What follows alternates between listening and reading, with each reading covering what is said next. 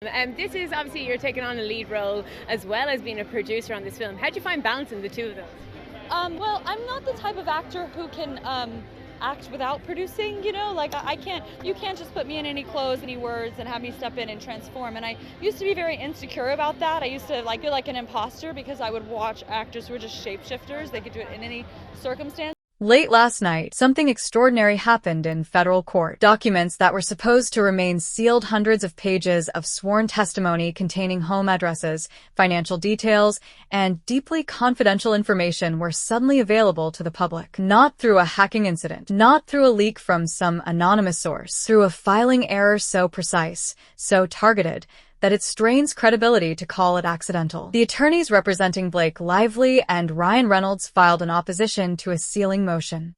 Standard legal procedure. What was not standard was what came next. Instead of filing placeholder sheets for sealed testimony, as required by court order, they uploaded complete deposition transcripts. Over 600 pages from Jamie Heath, more than 300 from Justin Baldoni, none of it redacted, all of it highlighted in the exact places that opposing counsel had marked as confidential. Within hours, these documents appeared on Court Listener, a nonprofit platform that shares federal court filings to reduce access costs.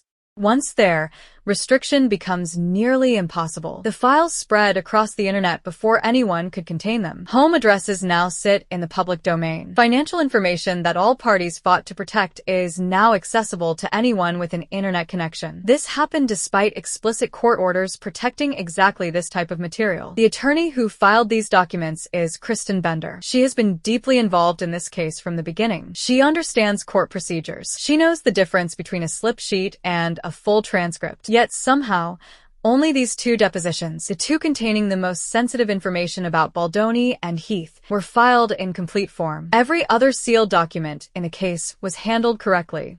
Just these two were exposed. There is context worth noting here. Just days before this filing, Blake Lively and her legal team argued that unsealing certain third-party names would place famous individuals in physical danger. They claimed these people would require increased security measures. They used language about safety and protection. Then Jamie Heath's complete home address and Justin Baldoni's personal address appeared on the federal docket, highlighted and available for download. No emergency motion appeared asking the court to restrict access. No panicked filing explaining the error. The documents simply became restricted a few hours later, with no official record of how or why. By then, the damage was complete and irreversible. The stated purpose for including these massive transcripts was relatively minor. A few pages of testimony about a former employee named Shane Norman. This was someone who had filed his own lawsuit alleging discrimination. The same individual had complaints filed against him by female employees, leading to an internal investigation. The testimony about him does not constitute the smoking gun that would justify exposing hundreds of pages of private information. It does not prove that Wayfair failed to protect employees. It simply exists as one small piece of a much larger puzzle. So the question becomes unavoidable. Why release all of this testimony for such a narrow purpose? What benefit could possibly justify violating a court order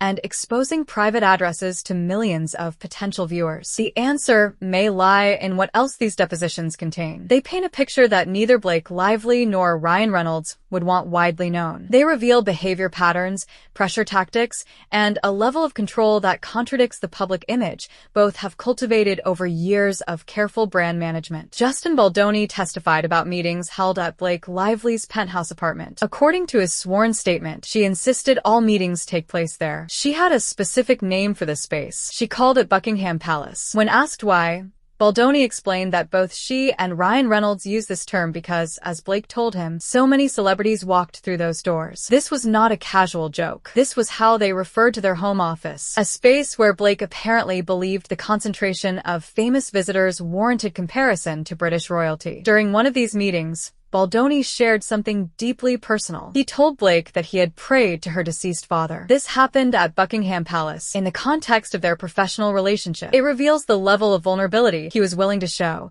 perhaps hoping it would build trust or connection. Instead, This detail now sits in public testimony, stripped of context, exposed for analysis by strangers. The depositions also reveal how Ryan Reynolds involved himself in the production. When Baldoni showed less enthusiasm for a rooftop scene that Reynolds had written, Reynolds did not approach him directly. Instead, he had his friend Sean Levy make the call. Levy played along with the fiction that Blake had written the scene. He told Baldoni how to manage Blake on set, creating a layer of manipulation that served a specific purpose. It allowed Reynolds to exert creative control while maintaining the appearance that his wife was the creative force. This pattern of indirect pressure appears repeatedly throughout the testimony. Perhaps the most significant example involves their shared talent agency, William Morris Endeavor. According to sworn statements from both Baldoni and Heath, Reynolds and Lively used the agency as leverage. They wanted Baldoni to release a public statement. This statement had been drafted by Reynolds and Lively themselves. They did not ask Baldoni to write it. They wrote it for him and demanded he release it under his own name. The threat was explicit. If Baldoni refused to issue the statement, Reynolds and Lively would leave William Morris Endeavor. For an agency, this is not an idle threat. Ryan Reynolds commands fees in the $30 million range for major films. A standard agency commission is 10%. That means his agent walks away with $3 million every time Reynolds signs a significant contract. Blake's fee for this particular film was $1.75 million. Her agent received $175,000. Justin Baldoni's agents received $30,000. The math tells the story. William Morris had vastly more to lose from Reynolds and Lively than they had to gain from protecting Baldoni. The couple understood this leverage perfectly and used it with surgical precision. They placed the agency in an impossible position. Sacrifice one client to keep two far more valuable ones. The agency made the predictable choice and pressured Baldoni to comply. Jamie Heath was present for multiple calls during this period. One involved Patrick Whitesell, an executive at the agency. Another featured Danny Greenberg, Baldoni's agent. According to Heath's testimony, he felt genuinely threatened during these conversations. Not physically threatened, he clarified, but vulnerable in a way that felt dangerous. He made a decision that would prove significant later. He recorded the calls. Heath explained his reasoning under oath. He was deeply worried about what Blake Lively and Ryan Reynolds were saying about him and Baldoni. He wanted documentation. He wanted something beyond his own memory if he ever needed to prove what was said. When the lawyer asked what specific threat he felt, Heath declined to list everything that led to that moment. But he confirmed one thing clearly. The threat was not about Blake making workplace harassment allegations public. It was something else entirely, something he felt was serious enough to document secretly. Another recorded call involved Danny Greenberg reading a statement that Reynolds had written. Heath testified that he could not believe what was happening. He felt compelled to record it for documentation. The content of that statement remains sealed, but the fact that it needed to be documented speaks volumes about its nature. During one of these agency calls, someone used a specific phrase. If Baldoni did not comply, the gloves would come off. This was not subtle. This was a direct statement of escalation. Fall in line or face consequences. Heath recorded this as well. This brings us to the January 4th meeting. This was the confrontation that multiple witnesses have described as brutal. Ryan Reynolds attended along with Blake Lively, Justin Baldoni, and Jamie Heath. By all accounts, Reynolds dominated the conversation. His demeanor was aggressive. His language was harsh. His target was Baldoni. Heath testified about what he observed. Blake would make a claim about something that happened on set. Baldoni would express confusion or disagreement. Reynolds would explode. He did not care whether the claim was accurate. He wanted Baldoni to apologize immediately, regardless of truth. When Baldoni tried to explain or defend himself, Reynolds became more aggressive. One example stands out. Blake claimed that during a kissing scene, Baldoni's mouth lingered too long on her lips. Baldoni was apparently bewildered by this accusation. He tried to understand what she meant. Reynolds had no patience for this response. He told Baldoni to just apologize. When Baldoni said he had not done what she was describing, Reynolds became angrier. The message was clear. Truth was irrelevant. Compliance was everything. Heath described this as perhaps the hardest thing he had ever witnessed. He used the word belittlement repeatedly. Reynolds spoke to Baldoni with contempt. He raised his voice. He used profane language. He insinuated that Baldoni was not a good person. All of this happened in front of Heath and other business partners. It was humiliating by design. At this same meeting, Reynolds made another statement that would later appear in the press. He told Baldoni directly that the film had been a disaster and that he, Ryan Reynolds, had saved it. Baldoni testified that Reynolds said this to his face in an angry, aggressive tone. Months later, during a supposed truce period, this exact claim appeared in media coverage. Baldoni found it odd that something said privately in a hostile meeting somehow became public talking points precisely when Blake Lively was facing negative attention for her own behavior. The timing matters here. Reynolds allegedly saved the film. This narrative benefits him professionally. It positions him as the creative savior. It diminishes Baldoni's role as director. And it appeared in press coverage at a strategically useful moment. Baldoni testified that he found many things Reynolds said in that meeting humiliating and embarrassing. He shared them only with his wife. Yet somehow,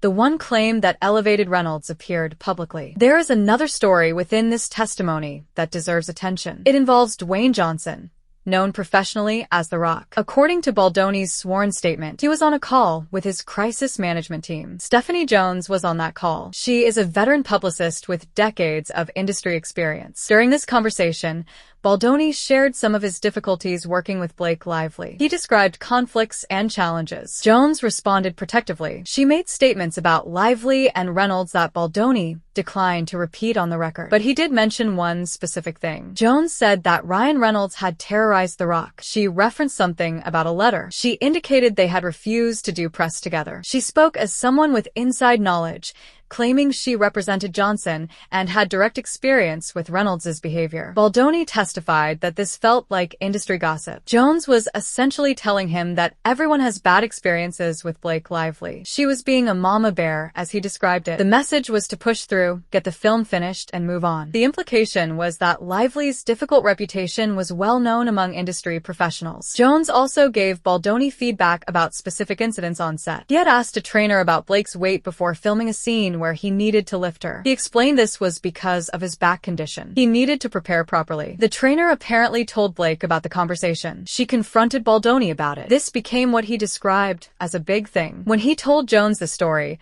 her response was not to advise sensitivity. According to his testimony, she immediately began criticizing Blake Lively and discussing her poor reputation. Baldoni also mentioned an incident involving Jenny Slate, another actor in the film. He had commented that Slate looked sexy in her wardrobe. This apparently became another issue. When he told Jones about it, she responded by joking about women and their fragility. His characterization suggests she was dismissive of the complaint rather than suggesting he modify his behavior. Blake's legal team tried to reframe this testimony. They suggested Jones had recently had surgery and might have been on pain medication during the call. The implication was that she was not thinking clearly. She was rambling. Perhaps she was high. This felt like an attempt to discredit testimony that otherwise suggests Jones was actively defending Baldoni and criticizing her own supposed client. This raises an important question about Stephanie Jones's role. If she was defending Baldoni, discussing Blake's bad reputation, and acting as a protective mama bear, would she later plant negative stories about him in the Daily Mail? Or is it possible that someone else was responsible for those stories, and Jones is now being positioned as a convenient scapegoat? The testimony reveals that Leslie Sloan, another publicist involved in this case, contacted Sony Pictures. She told them that Stephanie Jones was planting bad stories about Blake with the Daily Mail. This was treated as fact. But now there is a new theory floating in the depositions. Maybe it was not Jones at all. Maybe it was Melissa Nathan who misled everyone. Or perhaps it was Colleen Hoover, the author of the novel the film was based on, who was actually planting negative stories. This theory was presented to Jamie Heath during his deposition without supporting evidence. Heath asked if there was a reason they were telling him this. The question went unanswered. What becomes clear through all of this testimony is a pattern. When something goes wrong, when negative press appears, when public opinion shifts, there is always someone else to blame. It was Stephanie Jones. No, it was Melissa Nathan. Actually, it might have been Colleen Hoover. The target keeps moving. The accusation keeps shifting. But the source of the accusation remains constant. Throughout these depositions, Reynolds and Lively emerge as individuals willing to use every form of leverage available. They used their fame. They used their agency relationships. They used their financial value. They demanded apologies for things that may not have happened. They required statements written in their words to be released under someone else's name. They threatened consequences if their demands were not met. And when that was not enough, they apparently had allies plant stories in the press that reinforced their preferred narrative. The weight complaint deserves particular attention. Baldoni needed to lift Blake Lively for a scene. He has a documented back condition. Asking about someone's weight in this context is not harassment. It is a practical safety question. A stunt coordinator or trainer would need this information to prepare properly. Yet this became evidence of misconduct. It was presented as Baldoni being inappropriate about a woman's body, when the reality was far more mundane. He needed information to protect both of them during a physically demanding scene. The sexy comment about Jenny Slate also lacks context in isolation. Film sets involve discussions about wardrobe, appearance, and how actors look on camera. Saying someone looks sexy in their costume is not inherently inappropriate in that environment. It is a comment about how the wardrobe serves the character. But when framed as evidence of a hostile work environment, it becomes something else entirely. It becomes proof of a pattern. It becomes justification for intervention. This is how narratives get constructed. Take ordinary interactions. Remove context. Present them as evidence of misconduct. Demand apologies. When the accused person expresses confusion or tries to explain, treat that as further evidence of the problem. This is what Ryan Reynolds apparently did in the January 4th meeting. Blake said something happened. Justin expressed doubt. Ryan exploded and demanded immediate capitulation regardless of truth. The testimony also reveals financial information that all parties wanted sealed. Blake's fee for the film was $1.75 million. This is substantial, but not extraordinary for a project of this scale. What is more revealing is how the agency commissions broke down. William Morris made far more from Blake than from Justin. They made exponentially more from Ryan Reynolds than from both Blake and Justin combined. This created a built-in incentive structure. When forced to choose, the agency would always choose the couple over the director. Reynolds and Lively understood this perfectly. They weaponized it. They turned their agents into additional pressure points. They made it impossible for Baldoni to receive fair treatment from his own representation because his representatives had overwhelming financial incentives to abandon him. The documents also contain references to projects that were lost, opportunities that disappeared, career damage that extended beyond this single film. All of this information was supposed to remain confidential. It was specifically marked for protection. Yet it now exists in the public domain, available to anyone curious enough to search for it. The addresses are perhaps the most troubling aspect. Blake Lively and Ryan Reynolds argued that revealing third-party names would create physical danger. They said famous people would need increased security. They made safety a central argument for keeping information sealed. Then their attorney filed documents containing the full home addresses of Jamie Heath and Justin Baldoni. These addresses were highlighted, making them impossible to miss. They were included in documents that were immediately disseminated across the internet. If the couple genuinely believed that revealing information creates safety risks, this filing directly contradicts that belief. If they were exaggerating the danger to justify sealing documents, this filing exposed private addresses for no legitimate legal purpose. Either way, the inconsistency is stark. What makes this particularly significant is the lack of any immediate response. No emergency motion. No public acknowledgement of error. The documents simply became restricted hours later with no official explanation. This suggests someone quietly contacted the court clerk. Someone asked for the documents to be pulled down. But by then, thousands of people had already accessed them. Court listener had already archived them. The internet had already done what the internet does. Once information is out there, retrieval becomes functionally impossible. Kristen Bender has filed dozens of documents in this case. She has handled complex legal procedures. She has submitted sealed materials correctly every other time. These two depositions stand alone as anomalies. They are the only files that were exposed in complete form. They happen to be the files that contain the most damaging information about how Reynolds and Lively operated behind the scenes. This could be coincidence. It could be catastrophic negligence. Or it could be strategy. Release everything under the pretense of procedure. Let the public see what you want them to see.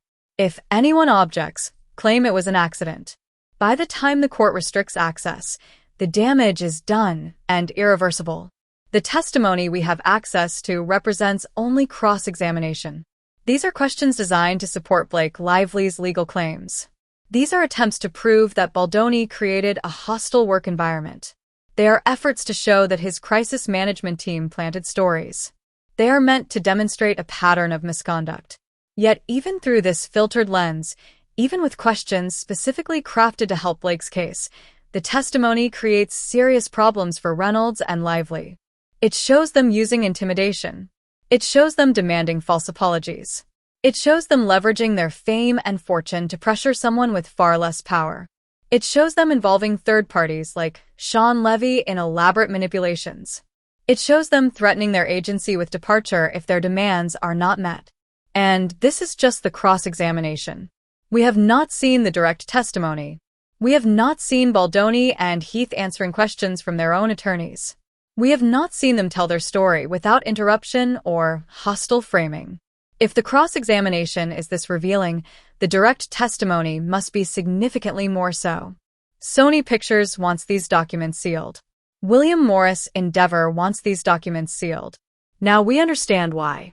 The testimony reveals how the industry actually operates. It shows how power gets used. It demonstrates how agencies make decisions based purely on financial calculations rather than ethics or fairness. It exposes the gap between public image and private behavior. Ryan Reynolds is known for his humor and relatability. He has built a brand around being the fun dad, the guy who roasts his wife affectionately on social media, the actor who broke the fourth wall and made a superhero movie that felt fresh. Blake Lively has cultivated an image of effortless glamour and domestic bliss. She shares recipes and lifestyle content. She positions herself as both relatable and aspirational. The testimony presents different versions of these people. It shows Reynolds as someone who humiliates others in meetings. Someone who demands apologies for things that did not happen. Someone who has allies plant stories in the press while maintaining plausible deniability. Someone who takes credit for saving a film while publicly undermining the actual director. It shows Blake Lively as someone who calls her home Buckingham Palace because of the celebrities who visit. Someone who creates complaints that lack clear foundation. Someone who requires all meetings to happen in her personal space, creating a power dynamic that favors her from the start. Someone who stands by while her husband berates a colleague, then benefits from the resulting compliance. These are not flattering portraits. They do not match carefully managed public personas. They suggest that behind closed doors, away from social media and red carpets, these individuals operate very differently than their fans might imagine. The legal case itself continues. Blake Lively alleges workplace harassment and misconduct. Justin Baldoni denies these claims and suggests they are retaliation for his refusal to be controlled. Both sides have filed extensive documentation. Both sides have given sworn testimony. Eventually, if this does not settle, a jury will have to decide who is telling the truth. But the unsealed testimony has already done damage that no jury verdict can repair. It has exposed private addresses. It has revealed financial arrangements. It has shown how people behave when they think their words will remain confidential. It has demonstrated patterns of behavior that both sides wanted hidden. For Reynolds and Lively, this exposure is particularly problematic. They have the most to lose in terms of public image. They have built enormous careers on likability. They rely on fans seeing them as genuine and approachable. Any evidence that suggests they use their power ruthlessly or treat others poorly threatens the foundation of their brand. For Baldoni and Heath, the exposure is also damaging, but in different ways. Their addresses are now public. Their business struggles are now documented. Their private conversations have been broadcast. But the testimony itself generally presents them as people who were pressured, threatened, and ultimately forced to defend themselves. They come across as less powerful figures trying to survive in an industry that rewards fame over fairness. The question of who benefits from this leak remains open. On the surface, exposing testimony that makes Reynolds and Lively look manipulative seems counterproductive to their case. But perhaps there is a deeper strategy. Perhaps flooding the zone with information creates confusion. Perhaps releasing everything at once means no single revelation can dominate the news cycle. Perhaps making the documents publicly available removes their power as sealed evidence. Or perhaps this really was just spectacular incompetence. Perhaps Kristen Bender simply failed to follow procedure on the two most important documents in the case. Perhaps she accidentally highlighted confidential information and then accidentally uploaded full transcripts instead of slip sheets. Perhaps she did this only with the documents that happened to contain home addresses and sensitive financial data. The pattern seems too precise for pure accident. The consequences seem too severe for simple negligence. The timing seems too convenient for coincidence. But proving intent is difficult. Showing that someone deliberately violated a court order requires evidence of knowledge and purpose. Right now, all we have is the result. Sealed documents are public. Private addresses are accessible. Confidential testimony is being analyzed by thousands of observers. What we can say with certainty is that this case has become messier than either side wanted. Both parties sought to control the narrative. Both wanted certain information sealed while other information remained public. Neither wanted hundreds of pages of unredacted testimony available for download. Yet here we are. The testimony reveals an industry that operates on power and leverage rather than merit or fairness. It shows how agencies make decisions based on commission calculations. It demonstrates how fame can be weaponized to pressure less powerful individuals. It exposes the gap between public personas and private behavior. For anyone paying attention to celebrity culture, this case has become a masterclass in how reputation gets managed and controlled. We see the publicists, the crisis managers, the attorneys, all working to shape perception.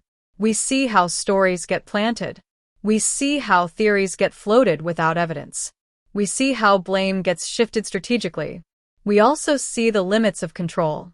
Once documents enter the public domain, narrative management becomes exponentially harder. Spin only works when you control what information is available. When everything is available, when sworn testimony contradicts carefully crafted statements, when private conversations become public record, the ability to control perception diminishes rapidly. This is where Blake Lively and Ryan Reynolds find themselves now, fighting a legal battle while also fighting to maintain their public image, trying to prove harassment claims while their own behavior is being scrutinized, attempting to seal documents after they have already spread across the internet. The case will eventually reach some conclusion. There will be a settlement or a trial. There will be a verdict or a negotiated agreement. But the damage from these unsealed documents will persist regardless of the legal outcome. The testimony will remain available. The revelations will remain public. The image problems will require years of careful rehabilitation. Was any of this worth it?